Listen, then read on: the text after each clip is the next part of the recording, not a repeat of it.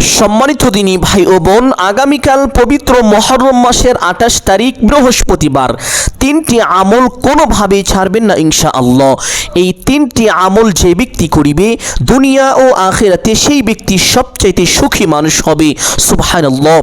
সম্মানিত দিনী ভাই ও বোন, পবিত্র হাদিসে কুদসিতে আল্লাহ পাক রব্বুল আলামিন এইভাবে বলেছেন যে এক সময় সে আমার এমন প্রিয় পাত্র হয়ে যায়, আমি তার চোখ হয়ে যাই যা দিয়ে সে দেখে, আমি তার কান হয়ে যাই যা দিয়ে সে শোনে, আমি তার হাত হয়ে যাই যা দিয়ে সে ধরে, আমি তার পা হয়ে যাই যা দিয়ে সে চলে। সে আমার কাছে যা চায় আমি অবশ্যই তাকে তা দান করে থাকি। সে যদি আমার কাছে আশ্রয় চায় আমি অবশ্যই তাকে আশ্রয় দান করে থাকি। সুবহানাল্লাহ। সম্মানিত দিনী ভাই ও বোন, শুধু তাই নয়, এই তিনটি আমলের ভিতরে এমন একটি আমল আছে যেই ব্যক্তি এই আমল করিবে আল্লাহ পাক রব্বুল আলামিন ওই ব্যক্তিকে বাবে আল রায়্যান দিয়ে প্রবেশ করার অনুমতি দিবেন, সুযোগ দান করিবেন। সুবহানাল্লাহ। বাবে আল রায়্যান আবার কি? সম্মানিত দিনী ভাই ও বোন, পবিত্র জান্নাতে প্রবেশ করার জন্য আল্লাহ পাক রব্বুল আলামিন বিশেষ 8টি দরজা নির্মাণ করেছেন। তার মধ্যে একটি দরজা রয়েছে যার নাম হলো বাবে আল রায়্যান। এই বাবে আল রায়্যান এই বিশেষ মর্যাদা সম্পূর্ণ দরজা দিয়ে ওই ব্যক্তিকে আল্লাহ পাক রব্বুল আলামিন জান্নাতে প্রবেশ করার সুযোগ দিবেন, জান্নাতে প্রবেশ করার অনুমতি দিবেন। সুবহানাল্লাহ। সম্মানিত দিনী ভাই ও বোন, শুধু তাই নয়, এই তিনটি আমল যে ব্যক্তি করিবে দুনিয়া ও আখিরাতে আল্লাহ পাক রব্বুল আলামিন ওই ব্যক্তিকে কখনো অভাব দিবেন না, কখনো সংকট দিবেন না। আল্লাহ পাক রব্বুল আলামিন ওই ব্যক্তিকে সদা সর্বদা রিজিক দান করিবেন। কখনো মানুষের কাছে আপনার হাত পাততে হবে না, কারো মুখাপেক্ষী হতে হবে না ইনশাআল্লাহ। সম্মানিত দিনী ভাই ও বোন, এই তিনটি আমল কি কি এবং কখন কিভাবে করিবেন প্রত্যেকটি বিষয় আপনাদেরকে সুস্পষ্টভাবে বলে দিব। সকলেই গভীর মনোযোগ দিয়ে শুনবেন ইনশাআল্লাহ। সম্মানিত দিনী ভাই ও বোন, পবিত্র এই তিনটি আমলের মধ্যে সর্বপ্রথম আপনাদেরকে যে আমলের কথা বলবো তা হলো পবিত্র বৃহস্পতিবারের দিন একটি রোজা রাখা। পবিত্র হাদিসের মধ্যে এসেছে আল্লাহ রাসূল সাল্লাল্লাহু আলাইহি ওয়াসাল্লাম সোমবার এবং বৃহস্পতিবার এই দুই দিনের অপেক্ষায় থাকতেন। এই দুই দিন আসলেই আল্লাহ রাসূল সাল্লাল্লাহু আলাইহি ওয়াসাল্লাম রোজা রাখতেন। সুবহানাল্লাহ। এই রোজার এত ফজিলত শুনলে অবাক হবেন, আশ্চর্য হবেন। আমি আশা করি যদি এই ফজিলতগুলো আপনি জানতে পারেন জীবনে কখনো আপনি এই দুইটি রোজা ছেড়ে দিবেন না। এই দুইটি রোজা রাখার জন্য আপনি যথেষ্ট চেষ্টা করিবেন। যদি রাখতে না পারেন আপনি আফসোস করিবেন। সুবহানাল্লাহ। সম্মানিত দিনী ভাই ও বোন, তাহলে শুনুন এই পবিত্র রোজার বিশেষ 7টি ফজিলত আপনাদেরকে বলে দিব। সর্বপ্রথম ফজিলত হলো আল্লাহর সন্তুষ্টি অর্জন। পবিত্র হাদিসে কুদসিতে মহান আল্লাহ পাক রব্বুল আলামিন বলেছেন, রোজা আমার এবং আমি এর প্রতিদান দিব। সুবহানাল্লাহ। সম্মানিত দিনী ভাই ও বোন, দ্বিতীয় ফজিলত হলো রাসূলুল্লাহ সাল্লাল্লাহু আলাইহি ওয়াসাল্লামের অনুসরণ। হযরত আয়েশা রাদিয়াল্লাহু তাআলা আনহা থেকে বর্ণিত, রাসূলুল্লাহ সাল্লাল্লাহু আলাইহি ওয়াসাল্লাম সোমবার এবং বৃহস্পতিবারের রোজার অপেক্ষায় থাকতেন। সুবহানাল্লাহ। সম্মানিত দিনী ভাই ও বোন, পবিত্র এই রোজার 3 নম্বর ফজিলত হলো আল্লাহ তাআলা বান্দা থেকে জাহান্নামকে 100 বছরের দূরত্বে সরিয়ে রাখবেন। রাসূলুল্লাহ সাল্লাল্লাহু আলাইহি ওয়াসাল্লাম ইরশাদ করেছেন যে আল্লাহর সন্তুষ্টির জন্য একদিন রোজা রাখবে, আল্লাহ তাআলা জাহান্নামকে তার থেকে 100 বছরের দূরত্বে সরিয়ে রাখবেন। সুবহানাল্লাহ। সম্মানিত দিনী ভাই ও বোন, 4 নম্বর ফজিলত হলো আল্লাহ তাআলা বান্দা এবং জাহান্নামের মাঝে আসমান ও জমিনের দূরত্ব সমান খন্দক তৈরি করে রাখেন। সুবহানাল্লাহ। রাসূলুল্লাহ সাল্লাল্লাহু আলাইহি ওয়াসাল্লাম বলেছেন যে আল্লাহর সন্তুষ্টির জন্য একদিন রোজা রাখবে, আল্লাহ তাআলা তার এবং জাহান্নামের মাঝে আসমান ও জমিনের দূরত্ব সমপরিমাণ খন্দক তৈরি করে দিবেন। সুবহানাল্লাহ। সম্মানিত দিনী ভাই ও বোন, পবিত্র এই রোজার 5 নম্বর ফজিলত হলো রোজা কিয়ামতের দিন বান্দার মুক্তির জন্য সুপারিশ করবে। রাসূলুল্লাহ সাল্লাল্লাহু আলাইহি ওয়াসাল্লাম বলেছেন, রোজা এবং কুরআন কিয়ামতের দিন বান্দার জন্য সুপারিশ করবে। রোজা আল্লাহ তাআলাকে বলবে, হে আমার রব, আমি তাকে আহার এবং স্ত্রী সহবাস থেকে বিরত রেখেছিলাম, সুতরাং তার ব্যাপারে আমার সুপারিশ কবুল করো। কোরআন বলবে, হে আল্লাহ, আমি তাকে রাতে ঘুম থেকে জাগিয়ে রেখেছিলাম, এই জন্য তার ব্যাপারে আমার সুপারিশ কবুল করো। রাসূলুল্লাহ সাল্লাল্লাহু আলাইহি ওয়াসাল্লাম বলেন, তখন উভয়ের সুপারিশ আল্লাহ তাআলা কবুল করিবেন। সুবহানাল্লাহ। সম্মানিত দিনী ভাই ও বোন, পবিত্র এই রোজার 6 নম্বর ফজিলত হলো কিয়ামতের দিন বাবে আল রায়্যান দিয়ে প্রবেশ করার সুযোগ লাভ করবে। সুবহানাল্লাহ। রাসূলুল্লাহ সাল্লাল্লাহু আলাইহি ওয়াসাল্লাম বলেন, নিশ্চয়ই জান্নাতের রায়্যান নামের একটি দরজা আছে, কিয়ামতের দিন সেখান দিয়ে রোজাদারগণ প্রবেশ করবে। সুবহানাল্লাহ। সম্মানিত দিনী ভাই ও বোন, পবিত্র এই রোজার 7 নম্বর ফজিলত হলো রোজা অবস্থায় ইন্তিকাল করার সম্ভাবনা এবং জান্নাত লাভ। রাসূলুল্লাহ সাল্লাল্লাহু আলাইহি ওয়াসাল্লাম ইরশাদ করেছেন, যে রোজা অবস্থায় ইন্তিকাল করবে সে জান্নাতে প্রবেশ করবে। সুবহানাল্লাহ। সম্মানিত দিনী ভাই ও বোন, এতক্ষণ আপনারা জানতে পারলেন এই দুইটি রোজার পবিত্র বিশেষ 7টি ফজিলত সম্পর্কে। আমি আশা করছি এখন থেকে এই দুইটি রোজা আপনারা অবশ্যই রাখবেন ইনশাআল্লাহ। সম্মানিত দিনী ভাই ও বোন, এখন আমরা জানব দ্বিতীয় নাম্বার আমল সম্পর্কে, যে আমল করিলে আল্লাহ পাক রব্বুল আলামিন বান্দার রিজিকে বরকত দান করেন, চতুর্দিক থেকে রিজিকের ব্যবস্থা করে দেন। সম্মানিত দিনী ভাই ও বোন, অনেকে আছেন অভাবগ্রস্ত, অনেকে আছেন ঋণগ্রস্ত, অনেকেই লক্ষ লক্ষ কোটি কোটি টাকা ঋণ করে ফেলেছেন, কোনোভাবে আপনার ঋণ পরিশোধ হচ্ছে না। তাহলে এই আমলটি করুন, আল্লাহ পাক রব্বুল আলামিন আপনার সকল অভাব দূর করে দিবেন, সকল সংকটকে দূর করে দিবেন, আপনার রিজিকের পথকে প্রশস্ত করে দিবেন।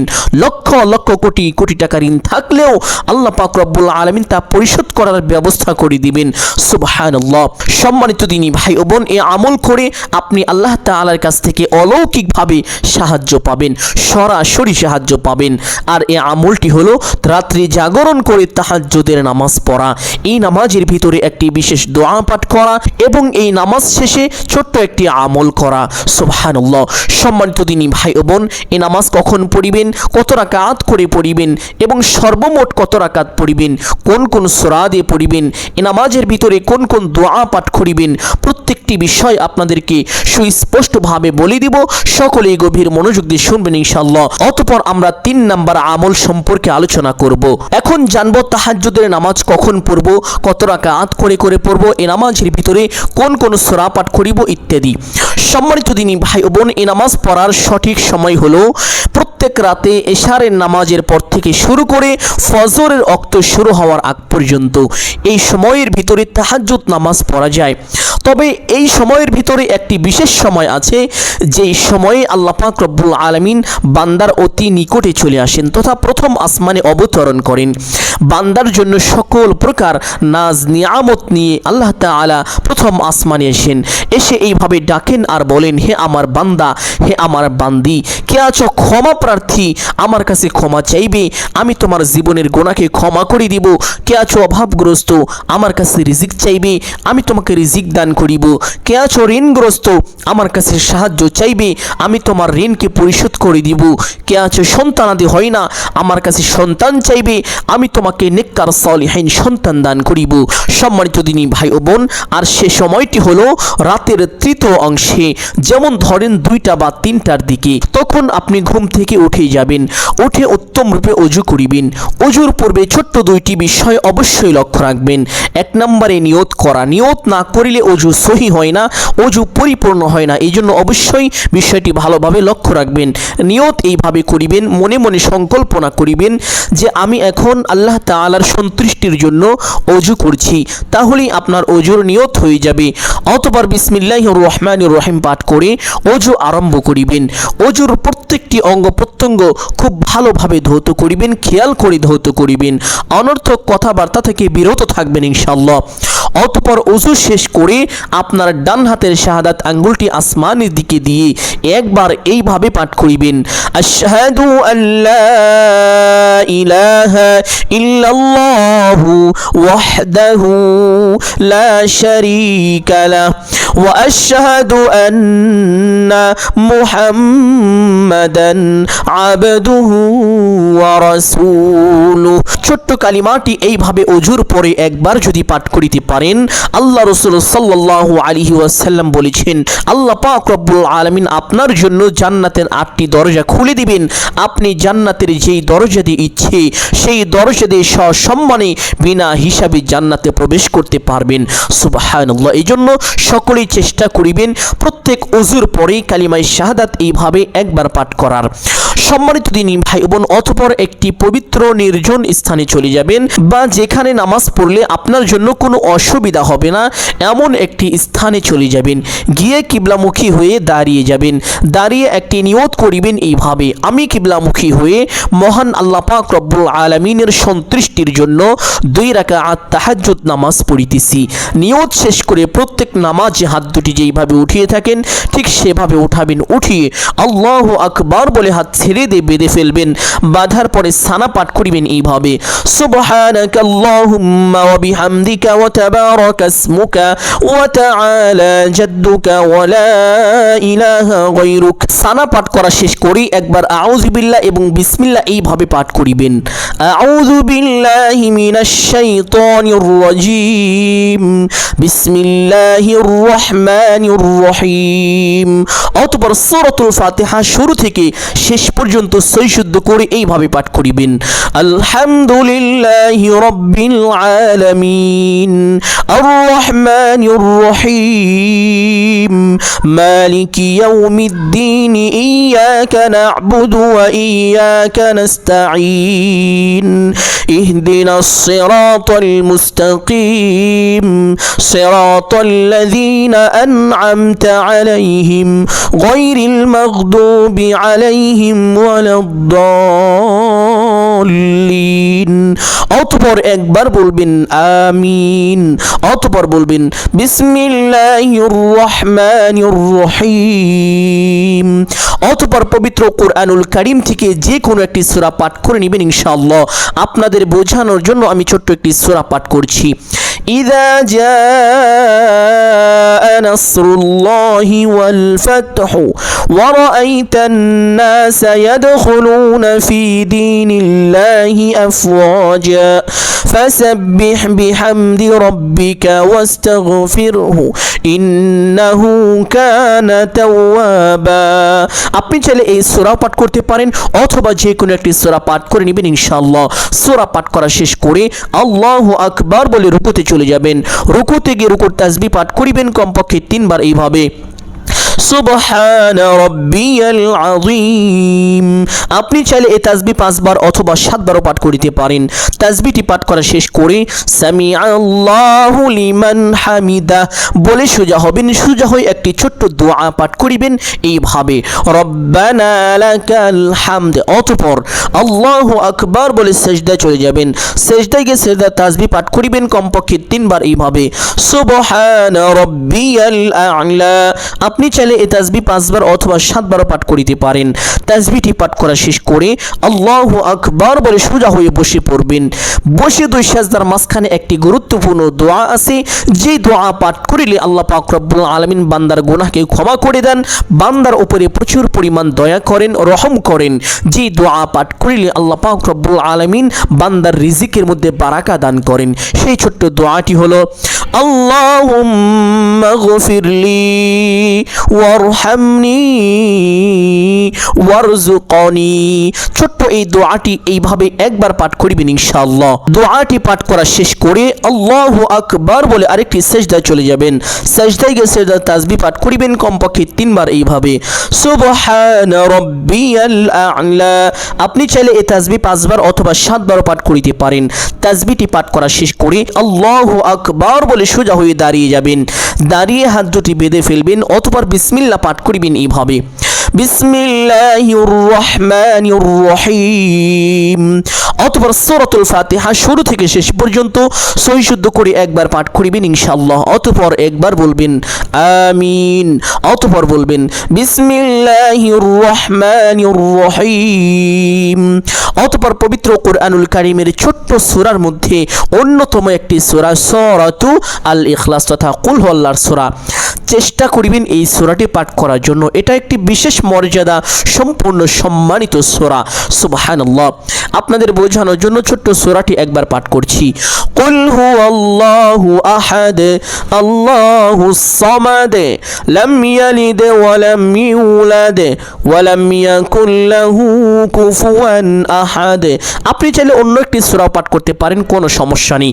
সূরা পাঠ করা শেষ করে আল্লাহু আকবার বলে রুকুতে চলে যাবেন। রুকুতে গিয়ে রুকুর তাসবিহ পাঠ করিবেন কমপক্ষে 3 বার এইভাবে সুবহানা রাব্বিয়াল আযীম। আপনি চাইলে এই তাসবিহ 5 বার অথবা 7 বারও পাঠ করিতে পারেন। তাসবিহটি পাঠ করা শেষ করে সামিআল্লাহু লিমান হামিদাহ বলে সোজা হবেন। সোজা হয়ে ছোট্ট একটি দোয়া পাঠ করিবেন রব্বানা লাকাল হামদ। অতঃপর আল্লাহু আকবার বলে সিজদায় চলে যাবেন। সিজদায় গিয়ে সিজদার তাসবিহ পাঠ করিবেন কমপক্ষে 3 বার এইভাবে সুবহানা রাব্বিয়াল আ'লা।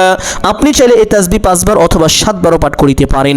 তাসবিহটি পাঠ করা শেষ করে আল্লাহু আকবার বলে সোজা হয়ে বসে পড়বেন।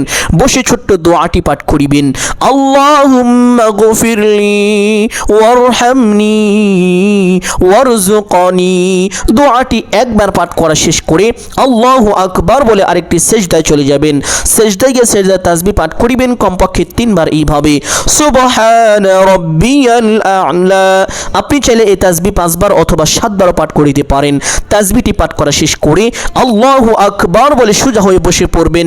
বসে প্রথমে তাশাহুদ পাঠ করিবেন এইভাবে আত-তাহিয়াতু লিল্লাহি ওয়াস-সালাওয়াতু ওয়াত-তাইয়্যিবাত আসসালামু আলাইকা আইয়ুহান নাবিয়্যু ওয়া রাহমাতুল্লাহি ওয়া বারাকাতুহু আসসালামু আলাইনা ওয়া আলা ইবাদিল্লাহিস সালিহিন আশহাদু আল লা ইলাহা ইল্লাল্লাহু ওয়া আশহাদু আন্না মুহাম্মাদান আবদুহু ওয়া রাসূলুহু।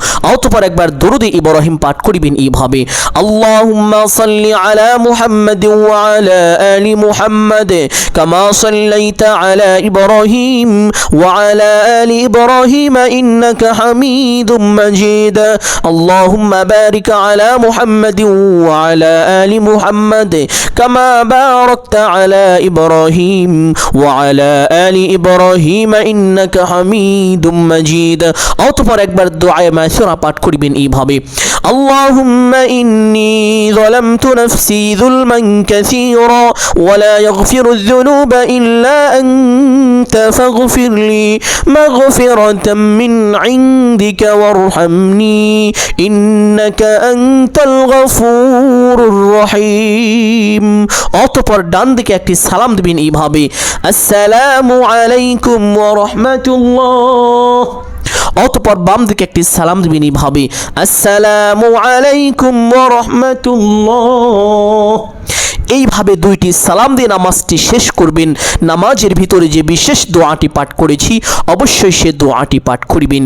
এখন আরেকটি বিষয় জানার বাকি আছে, সে বিষয়টি হলো এ নামাজ কত রাকাত পড়বেন। সম্মানিত দিনী ভাই বোন, 2 রাকাত করে করে 8 অথবা 12 রাকাত পড়ার চেষ্টা করিবেন। কারণ হলো আল্লাহ রাসূল সাল্লাল্লাহু আলাইহি ওয়াসাল্লাম কখনো 8 রাকাত আবার কখনো 12 রাকাত নামাজ পড়েছেন। তবে আপনি চাইলে এর থেকে কম বা বেশিও পড়তে পারেন, কোনো রকম সমস্যা হবে না। সম্মানিত দিনী ভাই বোন, আপনি যদি 2 রাকাত পড়েন, 2 রাকাত পরে আমল করেন তাহলে সেই স্থানে বসে পড়বেন।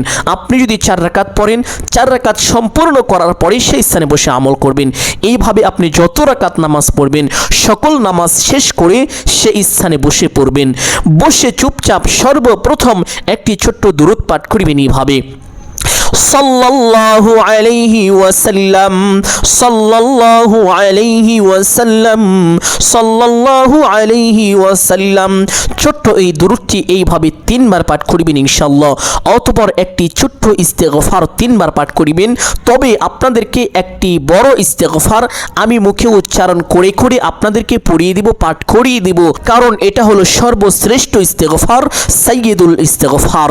যে ইস্তেগফার একবার পাঠ করিলে আল্লাহ পাক রব্বুল আলামিন বান্দার জীবনের যৌবনের সমস্ত গুনাহকে ক্ষমা করে দেন। সুবহানাল্লাহ। সম্মানিত দিনী ভাই ও বোন, অনেকেই অনেক রকম গুনাহ করে ফেলেছেন, শিরকি, কুফরি, বিদআতি, নাফরমানি, চগলখুরি, এমনকি জিনাহের গুনাহ পর্যন্ত করে ফেলেছেন।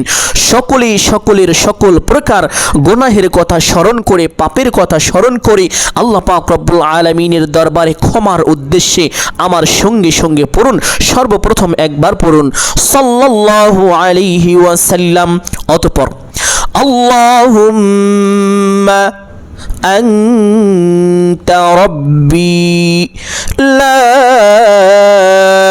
ইলাহা ইল্লা আনতা খালাকতানি وأنا عبدك وأنا على عهدك ووعدك ما استطعت أعوذ بك من شر ما صنعت أبوء لك بنعمتك علي وأبوء بذنبي فاغفر لي فإنه لا يغفر الذنوب ইল্লা আনতা।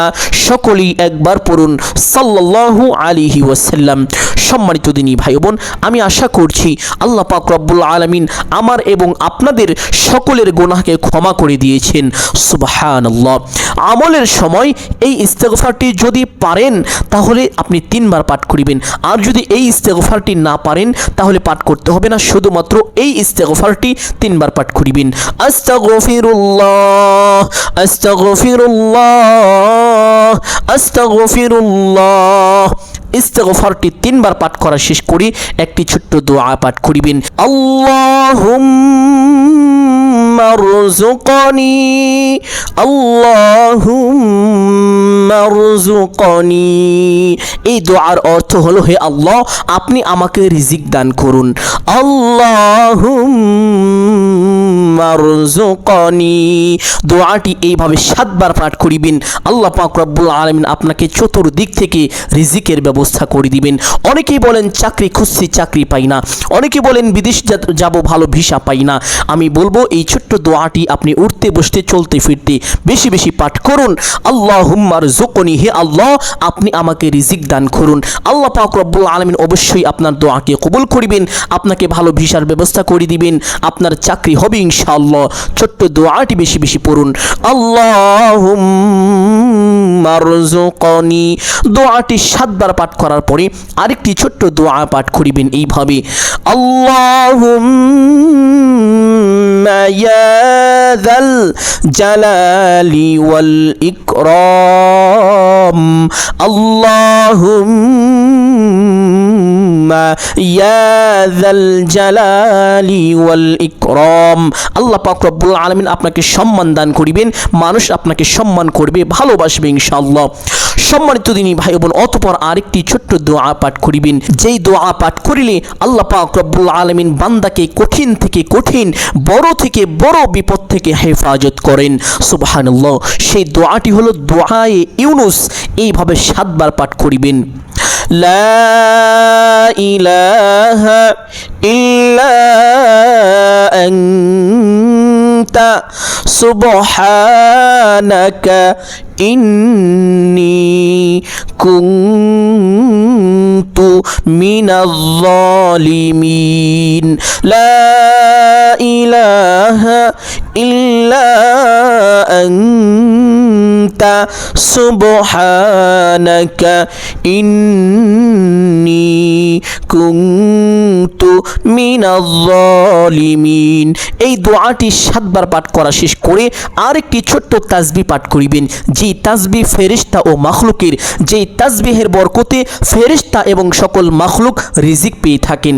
সেই তাসবিহ হলো সুবহানাল্লাহি ওয়া বিহামদিহি, সুবহানাল্লাহি ওয়া বিহামদিহি, সুবহানাল্লাহি ওয়া বিহামদিহি।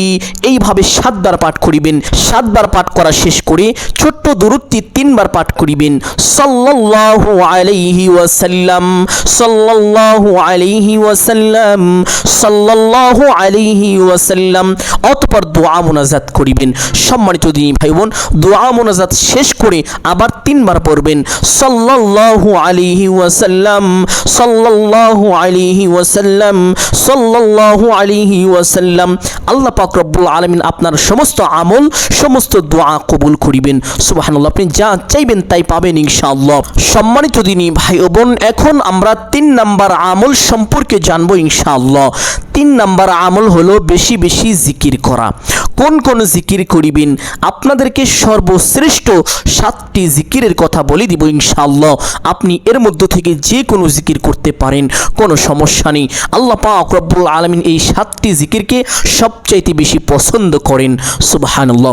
তার মধ্যে সর্বপ্রথম যে জিকিরের কথা বলবো তা হলো বেশি বেশি ইস্তেগফার পাঠ করা। উঠতে বসতে চলতে ফিরতে যখনই সময় পাবেন শুধু পড়বেন আস্তাগফিরুল্লাহ, আস্তাগফিরুল্লাহ, আস্তাগফিরুল্লাহ। পবিত্র এক হাদিসের মধ্যে এসেছে, হযরত আব্দুল্লাহ ইবনে আব্বাস রাদিয়াল্লাহু তাআলা আনহু থেকে বর্ণিত, আল্লাহ রাসূল সাল্লাল্লাহু আলাইহি ওয়াসাল্লাম বলেছেন, যে ব্যক্তি নিয়মিত ইস্তেগফার পাঠ করিবে আল্লাহ পাক রব্বুল আলামিন তার গুনাহকে মোচন করে দিবেন, তার সকল সংকটকে দূর করে দিবেন, তার রিজিকের পথকে প্রশস্ত করে দিবেন, তাকে অকল্পনীয় রিজিক দান করিবেন। সুবহানাল্লাহ। সম্মানিত দিনী ভাই বোন, এই জন্য বেশি বেশি ইস্তেগফার পাঠ করিবেন এইভাবে আস্তাগফিরুল্লাহ, আস্তাগফিরুল্লাহ। 2 নম্বরে যে জিকিরের কথা আপনাদেরকে বলবো তা হলো দুরূদ শরীফ। যে কোনো দুরূদ পাঠ করিবেন উঠতে বসতে চলতে ফিরতে এইভাবে সাল্লাল্লাহু আলাইহি ওয়াসাল্লাম, সাল্লাল্লাহু আলাইহি ওয়াসাল্লাম, সাল্লাল্লাহু আলাইহি ওয়াসাল্লাম। দুরূদ করলেই দোয়া হয়ে যায়, নতুন করে আর দোয়া করতে হয় না। দুরূদই আপনার জন্য দোয়া হওয়ার জন্য যথেষ্ট।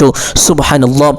সম্মানিত দিনী ভাই ও বোন, এই দুরূদ যে যত বেশি পাঠ করিবে হাসরের ময়দানে সে আল্লাহ রাসূল সাল্লাল্লাহু আলাইহি সাল্লামের তত বেশি নিকটবর্তী হবে। সুবহানাল্লাহ। সম্মানিত দিনী ভাই বোন, দুরূদের অনেক ফজিলত রয়েছে। দুরূদের ফজিলত নিয়ে আলোচনা করলে অনেক সময় লাগবে, যার কারণে আমি এর ফজিলত সম্পর্কে বলতে চাচ্ছি না, অন্য সময় বলবো ইনশাআল্লাহ। সম্মানিত দিনী ভাই বোন, 3 নাম্বার যে জিকিরের কথা বলবো তা হলো সুবহানাল্লাহ, সুবহানাল্লাহ। 4 নাম্বার জিকির আলহামদুলিল্লাহ। 5 নাম্বার লা ইলাহা ইল্লাল্লাহ। 6 নাম্বার জিকির আল্লাহু আকবার। 7 নাম্বার জিকির লা হাওলা ওয়ালা কুওয়াতা ইল্লা বিল্লাহ। এই 7টি জিকির সবচাইতে ফজিলতপূর্ণ সর্বশ্রেষ্ঠ জিকির। এর মধ্যে আপনারা যে কোনো জিকির বা 7টি জিকিরও করতে পারেন, কোনো সমস্যা নেই। উঠতে বসতে চলতে ফিরতে এই 7টি জিকির যদি পাঠ করিতে পারেন, কপাল খুলে যাবে, ভাগ্য পরিবর্তন হয়ে যাবে, সকল দুঃখ কষ্ট পেরেশানি দূর হবে, রিজিকের পথ ভারী হবে ইনশাআল্লাহ। সম্মানিত দিনী ভাই বোন, আমি আশা করছি আজকের এই আলোচনাটি অত্যন্ত গুরুত্বপূর্ণ এবং উপকারী ছিল। অতএব সকলকে বলবো সদকায়ে জারিয়ার উদ্দেশ্যে কমপক্ষে একটি হলেও শেয়ার করে দিবেন।